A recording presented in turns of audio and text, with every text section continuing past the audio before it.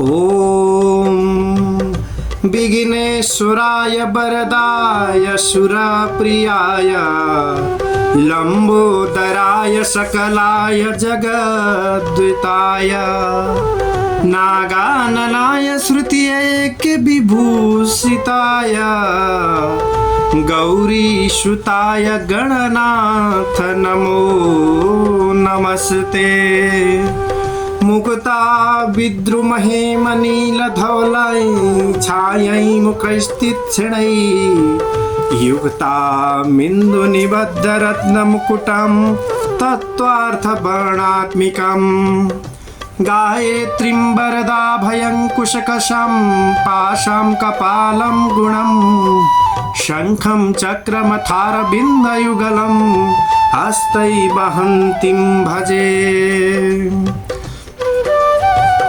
परमादरणीय श्रद्धालु भक्तजनहरू, यहाँहरूलाई हृदयदेखि नै नमन टक्र्याउँदै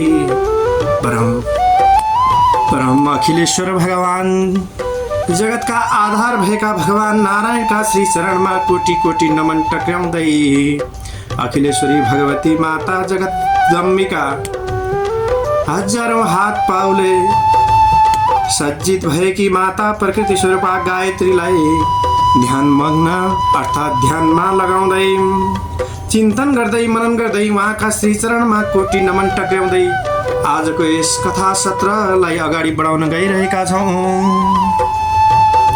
आजको यस कथा सत्रमा चौथो अध्यायको बारेमा विस्तृत वर्णन गरिनेछ, जुन भाव शक्तिद्वारा सर्ग प्रकृतिको बारेमा कसरी उत्पन्न हुन गए र कालमानका आधारमा ब्रह्माजीको आयु कथन गरिएको छ। ब्रह्माजीको आयु कसरी कस्तो रूपमा अगाडि बढ्न गयो भन्ने विषयमा यहाँ चर्चा गरिएको छ। हजुरहरूले सावधान भएर श्रवण गर्नुहोला।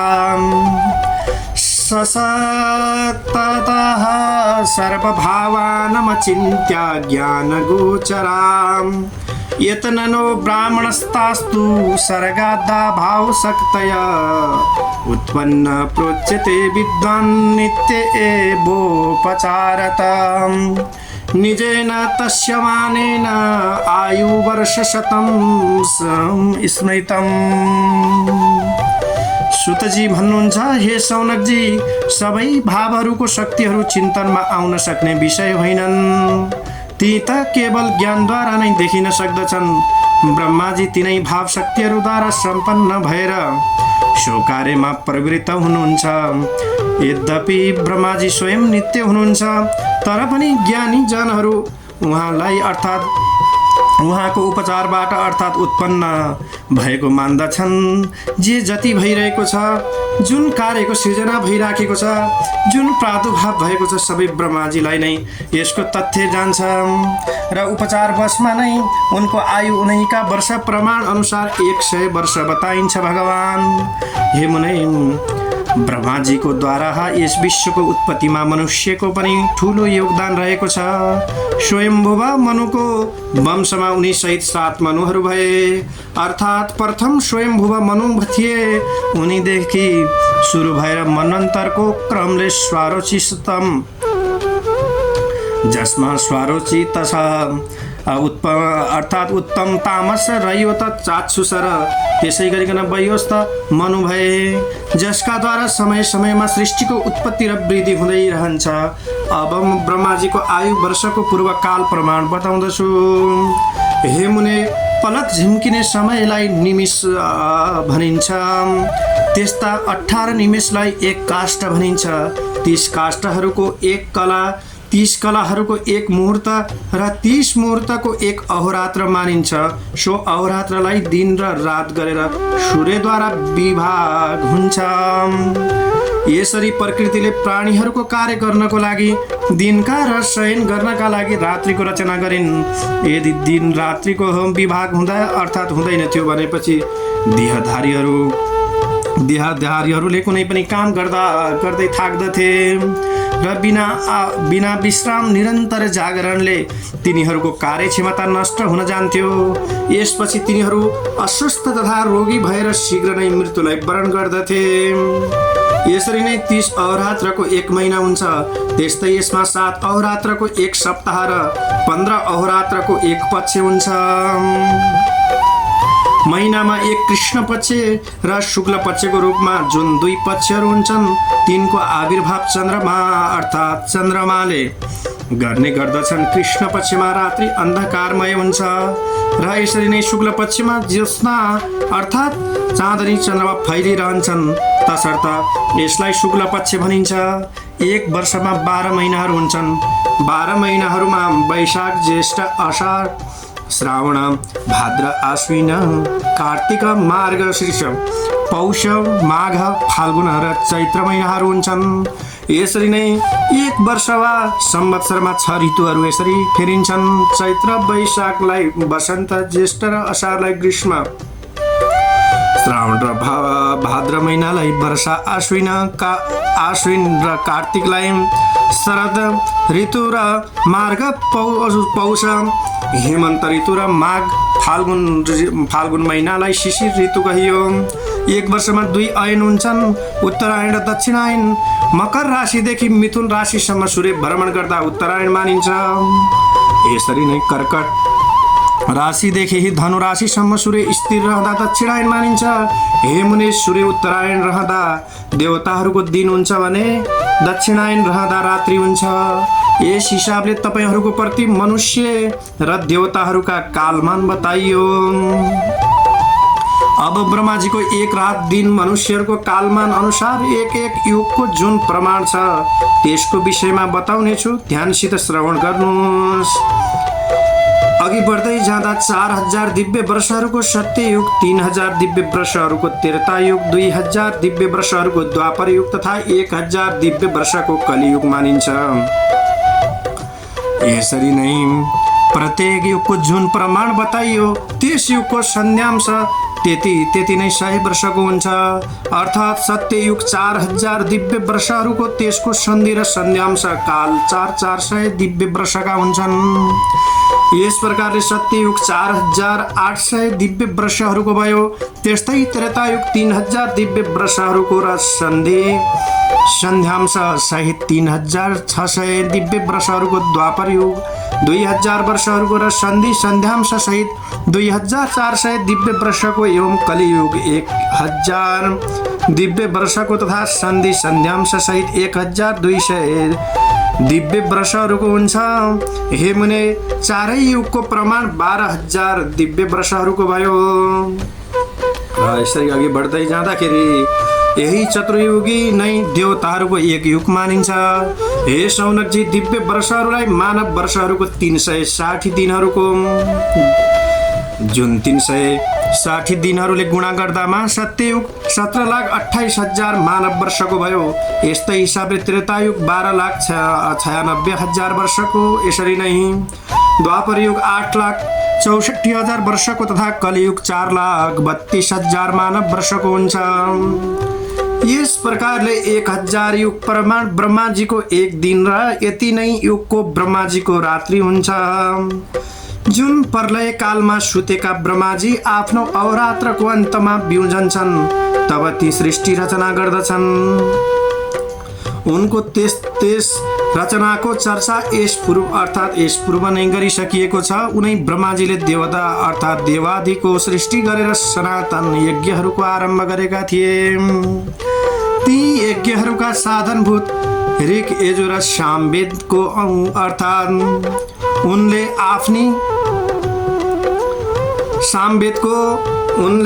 आफैले अग्नि, वायु र सूर्यसित दोहन गरे। त्यसपछिबाट समयको विभाग हुँदामा उनले नक्षत्र, ग्रह, नदी, समुद्र, पर्वत तथा समतल एवं विषय अर्थात् विषम भूमिको रचना गरे। हे मुने, उनले साध्य एवं साधनाको निश्चयार्थ तपस्या, आराधना, उपासना, वाणी, इच्छा, सन्तोष तथा मनोकार आदिलाई उत्पन्न गरे। फेरि उनले धर्म, अधर्म, कर्तव्य, अकर्तव्य आदिको प्रवृत्ति गरे। हिंसा, अहिंसा, कोमल, क्रूर, सत्य, असत्य, वृद्धि, ह्रास आदिलाई पनि व्यक्त गरे। मनुको काललाई मनन्तर भन्दछन्। यसको संख्या दिव्य 800 वर्षहरूको भनिन्छ। अन्य अन्य सङ्ख्याहरूलाई मिलाएर गणितज्ञहरूले सम्पूर्ण सङ्ख्या 30 करोड बताएका छन्। यो सबै मानव वर्ष भनी बुझ्नु पर्दछ। अब यति कुराहरू बेली विस्तार गरिसकेपछिबाट प्रभु परमात्मा प्रलयकाल र ब्रह्म माया भनेको के हो यसको बारेमा बुझाइदिनुहोस् भनिसकेपछिबाट तात्पर्यमा, हे मुने, जब ब्रह्माजीको आयु समाप्त हुन्छ तब सर्वत्र तापको वृद्धि हुन जान्छ। त्यसद्वारा सबै लोकहरू दग्ध हुन थाल्दछन्। मर्त्यलोकको कुरा मात्रै होइन, महरलोक निवासी पनि त्यस तापको कारणले आर्त बन्न पुग्दछन्। त्यस समयमा त्रिलोकी जलमय हुन पुग्दछ। तब धरती, आकाश तथा अन्य अन्य लोकहरू अदृश्य हुन थाल्दछन् भगवान, जुन देखिँदैनन्। यस प्रकार प्रकृति देवी सम्पूर्ण दृश्य प्रपञ्चलाई गर्षित गर्दछिन्।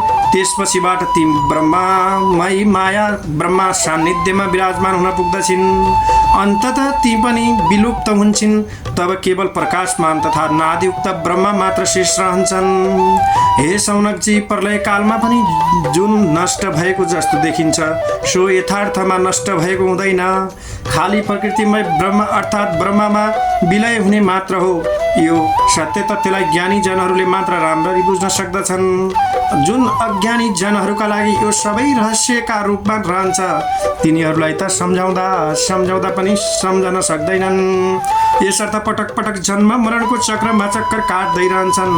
जो अकर्म बुद्धियुक्त छन् तिनीहरूको पार कसै गरे पनि हुँदैन। उनीहरूलाई आफ्ना कुकृत्यहरूका कारणले नरकमा परेर असहनीय कष्टहरू भोग्नु पर्दछ। यसर्थ तत्त्वदर्शी पुरुषहरू सदा सम्झाइरहन्छन् कि हे जीव, तिमी सत्कर्ममा अग्रसर रहौ, खराब कर्महरूलाई पूर्ण रूपले त्यागिदिनु पर्दछ। होइन भने यस लोक र परलोक दुवै स्थानमा अधोगतिमा प्राप्त गर्नेछौ। अनेक जनहरू यस लोकको सुखलाई नै शाश्वत मानेर भोगहरूमा जकडिन्छन्। दुवै स्थानमा अधोगति हुन्छ। अनेक जनहरूले यसरी नै दुःख पीडाहरूलाई प्राप्ति गर्दछन्। तर तिनीहरूमध्ये अधिकांशलाई यसै जन्ममा नै अनेक विपत्तिहरूको सामना गर्नु पर्यो। हे मुनिस, जुन क्षुद्र पाप हुन्छन् तिनले अल्प कुफल दिन्छन् भनेपछिबाट जुन अल्पकालीय फल प्राप्ति गर्दछन् र यस्तो फल प्राप्ति छिटो छिटो हुन्छ। यदि उनीहरू यस्ता कर्म अबदेखि गर्दैनन् भने फेरि कुनै प्रकारको विपत्तिमा पर्नु पर्दैन। अनेक ज्ञानी पुरुषहरू कष्टलाई अनिवार्य मानेर तिनलाई प्रसन्नतापूर्वक चुपचाप सहन्छन्। यसरी उनीहरूमा अर्थात् उनीहरू भन्छन् कर्म विपाक अनुसार भोग त निश्चय नै छ। यस्ता भोगहरूलाई निशेष पार्नु नै उचित हो। यस्ता भोगहरूद्वारा पाप क्षय हुन्छ र मन बुद्धि पनि शुद्धतामा प्राप्त हुन जाँदछ। अब आइरहेको छ ब्रह्मा एवं महामायाको अभेद बुद्धिको अर्थात् बुद्धि कथन। ज्ञातृज्ञाधुपाधिस्ते यदा नश्यति नारद सर्वैक भावना बुद्धि सा विद्यते विधीयते। हे मुनिन्द्र, एक पटक महर्षि सनकले नारदजीका प्रति यसो भन्नुभएको थियो, हे नारद, जब ज्ञाता एवं ज्ञेयको उपाधिको नाश हुन जान्छ तब सबैलाई सर्वभावले युक्त बुद्धि प्राप्त हुन्छ। यसरी सोही अभेद बुद्धि भएको अवस्था नै विद्या भनी जान्छन्। यस प्रकार ज्ञानी जनहरू सुख दुःखलाई पनि सामाना मान्दै प्राणी मात्रमा अभेद बुद्धि राख्दछन्। यस्तो अभेद बुद्धिमा ज्ञाता र ज्ञेयको भेद रहन्न। कुन जान्न योग्य छ र कुन जान्नेवाला हो भन्ने खालको भेद ज्ञान नष्ट हुन जाँदामा साधकलाई साध्यको अपेक्षा रहँदैन, किनकि अभेद दृष्टि नै त्यसलाई साध्यमा परिणत गराइदिन्छ। यही स्थिति भक्त र भगवान भक्तबाट भगवान बन्नुमा हुन्छ। भक्त पनि भक्ति गर्दा गर्दा स्वयं भगवानसित अभिन्नता स्थापनाको कारण भगवत स्वरूप नै हुन जाँदछ। त्यस स्थितिमा पाप पुण्य पनि रहन्न, धर्म अधर्मको पनि अभाव हुन जान्छ। यसै कारण ब्रह्मा एवं तिनका मायामा अभेद दृष्टि राख्ने भएको ज्ञानी पनि पूर्ण रूपले कृतार्थ हुन्छन्। ऊ नै सत्यदर्शी र ब्रह्मवेत्ता हो। यस चराचरमय विश्वको उत्पत्ति ब्रह्माको मायाद्वारा नै हुन्छ। तर अभेदत्वको कारणले गर्दा जगतको उत्पत्ति ब्रह्माकै कार्य मानिन्छ, किनकि ब्रह्माको सर्वव्यापकता सर्वत्र प्रसिद्ध छ। तर हे महामते, जसरी ब्रह्मा सर्वव्यापक छन्, यसरी नै उनकी माया पनि सर्वत्र व्याप्त रहन्छन्। अर्थात् उनले नै विश्वमा हुने भएका प्रत्येक क्रियाकलापहरूलाई रचेकी छन्। ती सबैको पूर्तिका लागि तिनै परम माया व्यक्त रूपमा अनेक भेदले चिनिन्छन्। जुन कालमा जे जस्तो क्रियाकलापहरू हुन्छन्, मायाको रूप पनि उसैको अनुरूप हुन्छ। यसकारण उनका नाम रूप अनेकानेक वर्णनमा आउँदछन्। उनी जुन बेला जो देवताहरूसित जस्तो कार्य सम्पन्न गराउन चाहन्छन्, तब उसै माफिको रूपमा नाम रूप धारण गर्दछिन्। यसर्थ ब्राह्मणी, वैष्णवी, शिवानी, रुद्राणी, शिवानी अर्थात् रुद्राणी, इन्द्राणी, बाराही देवी, आसुरी, दुर्गा, कात्यायनी, चण्डी, काली, ज्वाला आदि रूप धारण गर्दै ती देवी सम्बन्धित देवताहरूको सामर्थ्य सुनियोजित गर्दछिन्। हे मुनीश्वर, ब्रह्मी, विद्या, अविद्या, शक्ति, प्रकृति आदि सबै उही एकैको नाम हुन्। अक्षरमय र शब्दमय हुँदामा तिनै गायत्री र सावित्री भनिन्छन्। अनेक पटक ती परामाया प्रकट रूपमा र अनेक पटक अप्रकट रूपमा क्रियाशील रहन्छन्। यद्यपि प्रकृति पुरुष दुवैको नै स्वरूप परम शुद्ध छ, तर पनि अहङ्कारले युक्त हुँदामा मूढ मानव तिनलाई शरीरधारी ठान्दछन्। वस्तुतः सो अज्ञानकै एक विडम्बना मात्र हो। हे शौनकजी, उनैको शक्ति सामर्थ्यद्वारा ब्रह्माजीले सबै लोकहरूको रचना गर्नुभएको थियो। सृष्टिमा 3 लोक जुन स्वर्ग, पृथ्वी एवं पाताल त प्रसिद्ध छन् नै। 14 भुवन भनेर पनि तिनलाई क्षेत्र भेदको आधारमा जानिन्छन्, जसमा भू, भुव, स्व, मह, जन, तप एवं सत्यम यी 7 भुवन ऊर्ध्वलोक मानिन्छन्। अनि अधोलोकमा अतल, वितल, सुतल, तलातल, महातल, रसातल र 7औं पाताल यी क्रमले एकदेखि अर्को तलहरू छन्। तलातल जुन धेरै छन्। हे मुने, मध्यमा जुन यो भूलोक छ, त्यो पनि कम महत्त्वपूर्ण छैन। यसमा अनेकौं पर्वत, नदी, नाला, समुद्र, वन, ग्राम, नगर आदि विद्यमान छन्। यस मर्त्यलोकमा भारतवर्षको सर्वाधिक महिमा बताइन्छ। अलभ्य ज्ञान, विज्ञान तथा योग साधनादि क्रियाहरू यसै भारतवर्षहरूका सम्पादहरू हुन्। यद्यपि मर्त्यलोकमा 7 समुद्र र 7 द्वीप पनि छन्, तथा प्रत्येक द्वीपमा एक कुलाचल अर्थात् कुल पर्वत विद्यमान छन्। यी द्वीपहरूको नाम जुन रहेको छ, पहिलो रहेको छ जम्बू द्वीप, त्यसपछि प्लचे द्वीप, साल्मला द्वीप, कुशाव्रत, क्रौच, साकर, पुष्कर द्वीप हुन्। यी सबै द्वीप अर्थात् देवभूमि मानिन्छन्। यी 7 समुद्रहरूद्वारा घेरिएका छन्, जसको नाम छार समुद्र, इछु समुद्र, सुरास समुद्र, घृत समुद्र, दधी समुद्र, क्षीर समुद्र र जल समुद्र हुन्। लवण अर्थात् लवण सागरको उत्तर दिगभागमा भारतवर्ष विद्यमान रहेको छ। यो पुण्यप्रस्थ स्थान कृतकर्महरूको फल दिनेवाला मानिन्छ। यहाँका मनुष्यहरू सधैँ नित्य नैमित्तिक कर्म सदा गर्दै रहन्छन्। यसलाई भोग भूमि पनि भनिन्छ, जहाँ जो जस्ता जस्ता कर्महरू गर्दछन् उसले त्यस्तै फलहरू भोग्नु पर्दछ।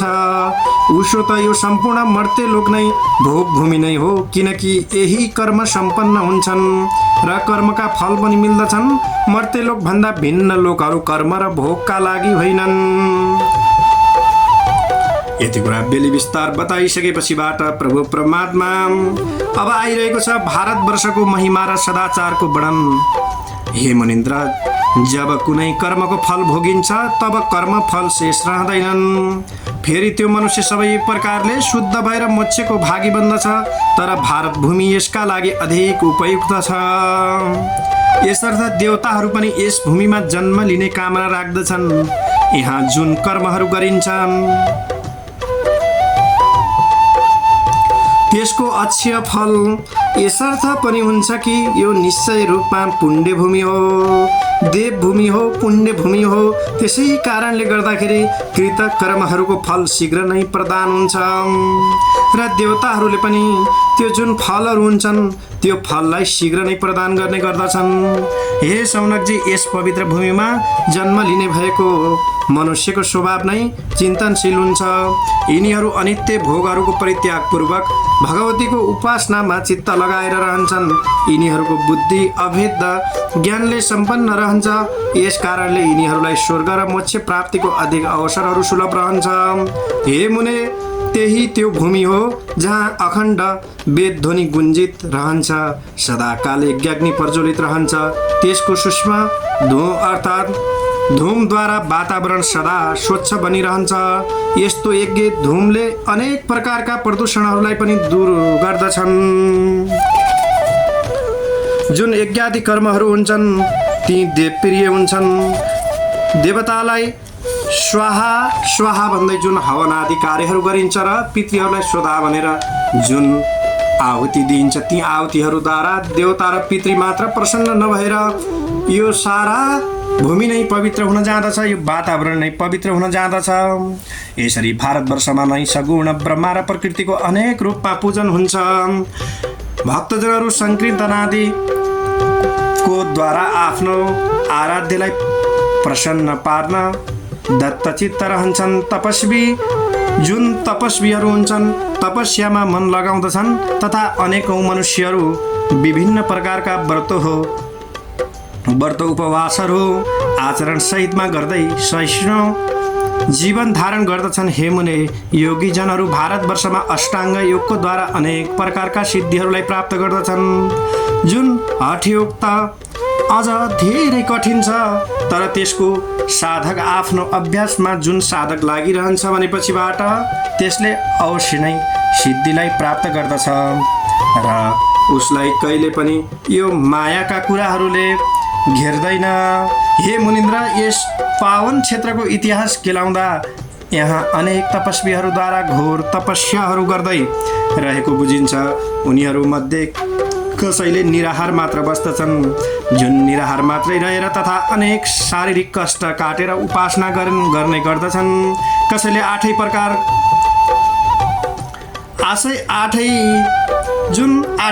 प्रहरहरूमा खुट्टाले टेकेर साधना गरे, अर्थात् जबसम्म उनीहरूलाई साध्यको दर्शन मिलेन वा सङ्कल्प फलीभूत भएन तबसम्म अविचल भावले अत्यन्तै कष्ट सहँदै तपश्चर्यामा रत रहे। यस प्रकारको दृढ आध्यात्मिक अर्थात् साधनको इतिहास अन्यत्र विरलै मिल्दछ। हे मुने, अहिंसा एवं सत्यको पालन गर्नु यस क्षेत्रका निवासीहरूले आफ्नो वास्तविक धर्म मानेका छन्। उनीहरूले हिंसादि क्रूर कर्महरूबाट पृथक रहेर परोपकारतर्फ नै सदा चित्तलाई अग्रसर गराउँदछन्। उनीहरूमा दया, दान, शरणागतको रक्षा आदि सद्गुणहरू सदा नै विद्यमान रहन्छन्। ती आफूप्रति अपराध गर्नेलाई पनि क्षमा बुद्धि राख्दछन् एवं तिनको प्राण रक्षामा सम्म अर्थात् तत्पर रहने गर्दछन्। हे सौनक, सबैभन्दा ठुलो कुरा त के भने भारतवर्षका मनुष्यहरू जब वासनाको त्याग गरिदिन्छन् तब केवल भगवानको प्राप्ति नै सर्वोच्च ध्येय मानेर अटुट लागि पर्दछन्। सुख भोगका प्रति उनीहरूको रुचि अझै धेरै बढ्दै जाँदछ। त्यसैले उनीहरूलाई स्वर्ग प्राप्तिको इच्छा पनि रहन्न। उनीहरूको मान्यता यो रहन्छ कि संसारको सुख जसरी नाशवान छ, स्वर्गीय सुख पनि त्यस्तै नै हो, किनकि स्वर्गीय सुख भोगिसकेपछिबाट पुनः मर्त्यलोकमा जन्म नै पर्दछ र यस योनिमा कतै कुनै कर्ममा असावधानी भयो भने फेरि जन्म मरणको सुदृढ चक्रमा फस्न बेर छैन भनेर जान्दछन्। हे मुनिन्द्र, सदाचारमा यस देशको मुख्य आदर्श नै रहेको छ र यहाँका मनुष्यहरू आफ्ना गुरुजनहरूको आफूभन्दा ज्येष्ठ जनहरूको सदा आदर गर्ने गर्दछन्। गुरुजन दुई प्रकारका हुन्छन्, एक आयु वृद्धि र अर्को ज्ञान वृद्धि। यहाँ जो आयुमा वृद्धि वृद्ध छन् उनीहरूको अर्थात् सम्मान त गरिन्छ नै। जो अर्थात् विद्यामा श्रेष्ठता हासिल गरेका छन् उनीहरूलाई पनि मान सम्मान दिनु मुख्य कर्तव्य मानिन्छ। वस्तुतः भारतवासीहरूले सदाचारका लागि सदा नै महत्त्व दिँदै आइरहेका छन्। त्यो जुन भारतवर्ष हामी अहिले नेपालमा बसे पनि यो पनि भारतवर्ष नै कहिन्छ। त्यसै कारणले गर्दाखेरि जसले सदाचारको पालन नगरोस्। हे मुने प्रसङ्गवशमा म अब केही सदाचारकै चर्चा गर्दछु। हे शौनकजी, शास्त्रहरूमा 4 वर्ण ब्राह्मण, क्षेत्री, वैश्य, शूद्र बताइएका छन्। यीमध्ये प्रथम 3 वर्णहरूमा 2 जाति भनिन्छन्। हुन त सबैको जन्म आफ्नी आमाको पेटदेखि नै हुन्छ, तर 2 जातिहरूको जन्म शुद्धि भेदले 2 पटक मानिन्छ। प्रथम आमाको पेटदेखि, दोस्रो उपनयन संस्कारद्वारा। यसमा उपनयन अर्थात् एकको पवित्र संस्कारको प्रमुखता मानिएको छ। यस द्वितीय जन्म संस्कारमा गुरुले जुन मन्त्रहरूको दीक्षा दिन्छन् त्यसमा गायत्री मन्त्र प्रमुख छन्। शास्त्रहरूको मान्यता अनुसार वर्णाश्रम धर्मको पालन गर्नु मनुष्यको कर्तव्य हो। मन, कर्म एवं वाणीद्वारा सत्य नै आचरण गर्नु, अन्य कुनै यस्तो आचरण नगर्नु कि कुनै त्यस्तो कर्म नगर्नु जसमा निन्दावश अर्थात् निन्दनीय निन्दाकै कारणले गर्दाखेरि निन्दा नै निन्दाको सम्भावना रहन्छ। सदाचारमा निषेध गरिएका कर्महरू के हुन् त भन्दाखेरि परनारी भोग, मांसाहार, तामसी व्यवहार आदि, पशुवध, क्रूर कर्म, परनिन्दा, परपीडा आदि सदाचारदेखि बाहिरको कर्म जान्नु पर्दछ। यथाशक्य हिंसाबाट पर रहनु, मन, वचन र कर्म कुनै पनि प्रकारले हिंसा नहोस्। यहाँसम्म कि मार्गमा कमिलालाई पनि अर्थात् भरसक नकुल्चियोस्। अब आइरहेको छ ब्रह्मचर्य आदि 4 आश्रमहरू के हुन्। हे मुने, भारतवर्षमा मानव जीवनसित सम्बन्धित 4 आश्रमहरू प्रसिद्ध छन्। जुन बाल्य अवस्थादेखि किशोर अवस्था पर्यन्त ब्रह्मचर्यको पालन गर्नुपर्दछ। अक्षर ज्ञान र दीक्षा आदि ग्रहण गर्नुपर्ने यो समय ब्रह्मचर्य आश्रमसित सम्बन्धित छ। ब्रह्मचर्य पनि गृहस्थ आश्रम आउँछन्। विवाह योग्य अवस्था हुँदामा मनुष्य ब्रह्मचर्य आश्रमबाट गृहस्थ आश्रममा प्रवेश गर्दछन्। यसमा युवा अवस्थामा पुगेको पुरुष कुनै अनुरूपकी कन्या अर्थात् विवाह गरेर गृहस्थ आश्रममा प्रवेश गर्दछन्। त्यस बखत पारिवारिक भरण पोषणका लागि परिश्रमतापूर्वक धनोपार्जन पनि गर्नुपर्दछ। हे मुनि, गृहस्थ आश्रममा सबै आश्रमहरूमा श्रेष्ठ छ, किनकि अन्य 3 आश्रम यसैबाट पालित हुन्छन्। त्यसमा रहँदा मनुष्यहरूले दान पुण्य आदि कार्यहरू सुचारू रूपले गर्न सक्दछन्। जुन गृहस्थ आश्रमको पश्चात तेस्रो आश्रम वानप्रस्थ हो। गृहस्थ आश्रमको उत्तरदायित्वबाट निवृत्त हुँदामा जब मन स्वच्छ रहन्छ, सबै भोगहरूदेखि विरक्ति आउँदछ, तब मनुष्यहरू वानप्रस्थ आश्रममा प्रवेश गर्दछन्। यसमा स्त्री पुरुष सङ्गमा रहन त सक्दछन्, तर तिनीहरूले पारस्परिक वासनाबाट भने पूर्णतः निश्चेष्ट रहन पर्दछ, किनकि यस आश्रममा वैराग्यको सुदृढ अर्थात् मनोभूमिको विकास हुनुपर्दछ। जुन अन्तिम रहेको छ सन्यास आश्रम, यसमा प्रवेश तब मात्र गर्नुपर्दछ जब पूर्ण रूपले विरक्तिको मनोभूमि बन्दछ। यदि थोरै मात्रामा मात्रै भए तापनि वासना शेष रहन्छ भने त आश्रमको उद्देश्य नै नष्ट हुन जानेछ। यसर्थ सम्पूर्ण आशा अभिलाषाहरूलाई परित्याग गर्दै सांसारिक वासनाहरूको निस्सारता दृढ भएपछि नितान्त स्वच्छ मनोभूमिको अवस्थामा मात्रै यो चौथो आश्रममा प्रवेश गर्नुपर्दछ। हे मुने, सन्यासी त्यही हो जसले सबै कुराको त्याग गरेको छ। यथार्थमा सन्यास वृत्तिमा वासनाको कुनै गन्ध रहन सक्दैन र यहाँसम्म कि पुनः वासना उदय हुने कुनै अवसर वा अवस्था पनि नरहोस्, नत्र वासना उदय हुन साथमा सन्यास विनष्ट हुन जाँदछ। कतिपय जनहरू पूर्व गृहस्थ त्यागेको केही कालपछि अर्को गृहस्थी बनाउँदछन्। उनीहरूका अनेक सेवक बन्दछन्। यसरी कुटुम्ब पनि घेरिन्छन्, धन सम्पत्ति पनि बढ्दछ। तर मूल कुरो सन्यासको भाव निर्मूल हुन जाँदछ। यसर्थ सन्यास आश्रम प्रवेश गर्नु पूर्व त्यहाँ हुने भएको कष्ट र आफूमा तयार भएको मनोभूमिको सूक्ष्मतासित अध्ययन गरिएको हुनुपर्दछ। अब यति कुरा बेली विस्तार बताइसकेपछिबाट अब आइरहेको छ स्त्री धर्म विवेचन कसरी गरियो या कसरी भयो भन्ने विषयमा। हे शौनक, यो मैले चारै आश्रमहरूको वर्णन तपाईँहरूका प्रति संक्षेपमा गरेको छु। अब केही स्त्री धर्मको विषयमा बयान गर्दैछु। यसलाई ध्यान दिएर श्रवण गर्नुहोस्, त्यसलाई पनि ध्यान दिएर सुन्नुहोस्। हजुरहरूले विवाह योग्य कुमारी कन्या जब समान वर्षित विवाह अर्थात् विवाहित हुन्छन् तब ती माता पिताका लागि पराई बन्दछन्, किनकि अब तिनीमाथि पतिकै पूर्ण अधिकार रहन्छ। पति गृहमा तिनी धर्मपत्नीको संज्ञाले विभूषित हुन्छन्, अर्थात् धर्मपूर्वक ग्रहण गरिएकी पत्नी। पछि गएर यिनै गृह स्वामिनी पुकारिन्छन् वा यिनको महिमा र गरिमा बढ्न थाल्दछ। पति र तिनका परिवारजनहरूको कर्तव्य हुन्छ कि तिनलाई सम्मानपूर्वक राख्नु, उनलाई कुनै प्रकारको कष्ट नहोस्, उनको साथ कुनै प्रकारको दुर्व्यवहार अथवा कर्कश व्यवहार नहोस्, कुनै विषयमा तिनलाई अर्थात् व्यङ्ग्य बाँड नछोडियोस्, किनकि शास्त्रहरूले जहाँ नारीलाई उत्पीडित दिइन्छ त्यो घर नष्ट हुन्छ भनिएको छ शास्त्रमा। यत्र नारेस्तु पूज्यन्ते रमन्त्रे तत्र देवता। भनाइको तात्पर्य यो छ कि वस्तुतः स्त्रीहरूमा देवीको अंश विशेष रूपले विद्यमान रहन्छ। यसर्थ उनी देवीकै सम्मान, पूजनीय अधिकारी सम्मानको पात्र रहन्छन्। यो नारीका प्रति समाजको कर्तव्य जान्नु पर्दछ। तर हे मुनिन्द्र, पति र निजका परिवारजनहरूका प्रति नारीको पनि केही कर्तव्य हुन्छ। ज्ञानीजनहरूले त्यसका लागि पतिव्रता धर्मको उपदेश गरेका छन्।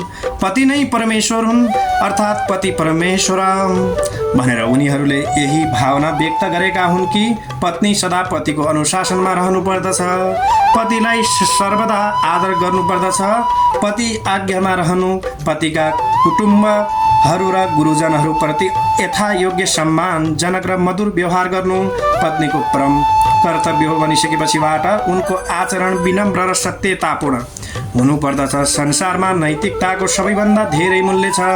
जुन नारी यस तथ्यसित सुपरिचित छिन् र सोही अनुकूलको व्यवहार गर्दछिन् ती अर्थात् घरानिया भनेर चिनिन्छन्।